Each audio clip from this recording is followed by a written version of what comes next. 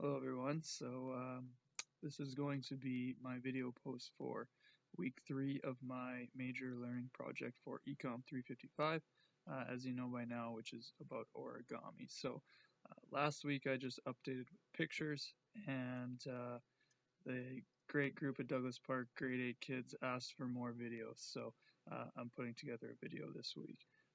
So what I've been doing, initially my plan was to be able to do 10 to 15 different types of origami and be good at them. In the first week there, as I was getting involved with Twitter for this project, that same class at Douglas Park, they challenged me.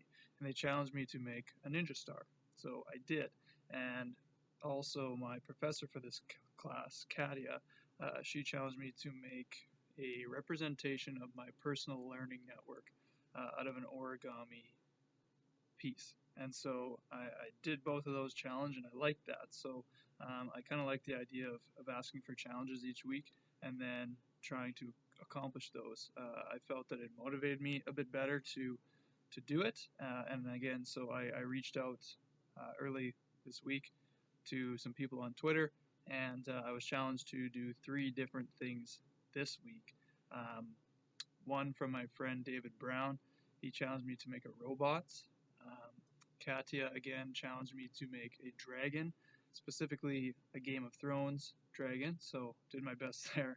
And lastly, Douglas Park grade 8s, they challenged me to do a frog um, for my challenges this week. So 3 challenges and 3 very difficult challenges. It took a lot of time this week, but it ended up being pretty worth it. The first one I'll talk about is my robots. I'm not filming myself make these. That's not going to be the video because it took me way too long. It takes me way longer than it should to create these things. And I just simply don't have enough footage to cover all that. I won't be filming myself actually making the pieces, but I will talk about them. For Dave's, again, he challenged me to make a robot. As much as I Googled and researched and looked at all my resources, trying to find a good instructions to make a robot was very difficult to do. I couldn't find any instructions for a style of robot that I liked, so what I decided to do is I would make my own. Using standard origami boxes and rectangular boxes, from that I was able to construct a robot for Dave.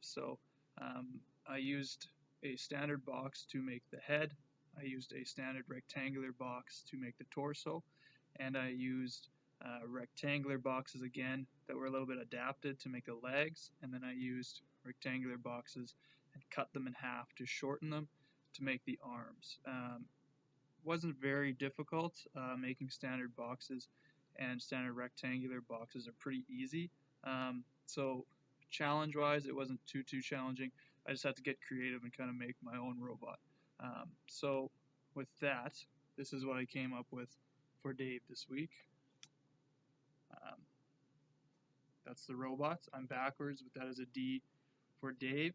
As you can see, square, rectangle, and then just modified rectangles for the arms and the legs. That is my robot, and they are kind of just boxes. That's what they are. And I used that to custom make Dave his robot this week. The next one that I was challenged to was Katia, who wanted a dragon. That was pretty difficult. The robot took me about 45 minutes to finish the robot, get all the shapes made, and put it together. The dragon, I actually just finished it. That was the last one I did, and it took me about an hour. Kind of how they're working is there's these things called bases. There's a square base, and then from that I had to make a bird base, and then from that you make the dragon. So with most of the more complicated ones, you have to create a base. There's a bunch of standard bases, and then you build off of that. So I could make a square base, and there's a ton of things that I could make off of that square base. For the dragon, I actually had to make 2 different bases. I started with a square base, then I had to make a bird base, and then I could actually construct the dragon from there. Challenge-wise, it was pretty challenging. just have to be really careful with it and make sure that you paid attention to the instructions. I've been using videos, which I find to be a lot more helpful than just written out instructions. Written out instructions can get confusing sometimes, so I've really been trying to use videos. This website called origamiinstructions.com is great, and they have videos for everything, and videos you can stop, go back, rewatch, so they're very, very helpful videos. So from that, I was able to make a dragon for Katya. You can see a couple different angles here. That is a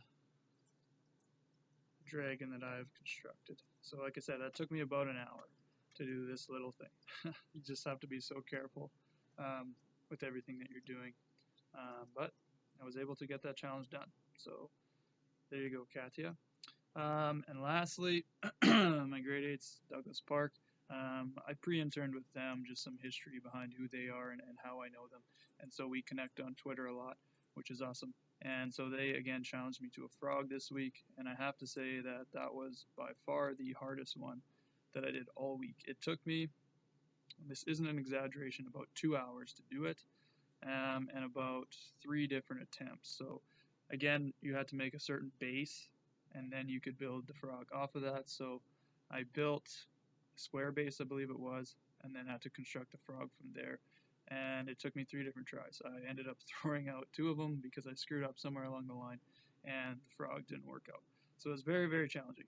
Took me, like I said, 2 hours to do it, and it was pretty frustrating. But I was able to get it done for you guys, so I hope that you like the frog, and I hope that you see this video that I completed it. So here is your frog. I'll kind of hold it up the best that I can. Right there. It's I even made it green. Did the best I could. So that was very, very challenging. Thank you for that challenge. You managed to frustrate me a little bit this week, which is good for you guys. All right. So with that, those are my 3 challenges I completed this week. I'm going to be going out onto Twitter and asking more people for more challenges. That's just the best way that I feel I can do this project is connecting with others, and then they can challenge me and motivate me to get some stuff done. So it's been difficult because, you know, I was starting with very simple things, and these challenges aren't simple things. So for example, for Dave's robot, I really had to practice basic squares and boxes before I construct that. And with the dragon and the frog, you really have to establish how you make those bases, and then how you build off of those bases, because anything that is a little more tricky is built off of some kind of base. So I am learning basic skills as these things go along, but I'm kind of jumping right into it. I didn't think I'd be making dragons or frogs or robots in week 3. I thought I'd still be pretty basic. So I like the challenges. Keep them coming, and that's it for this week. Thank you.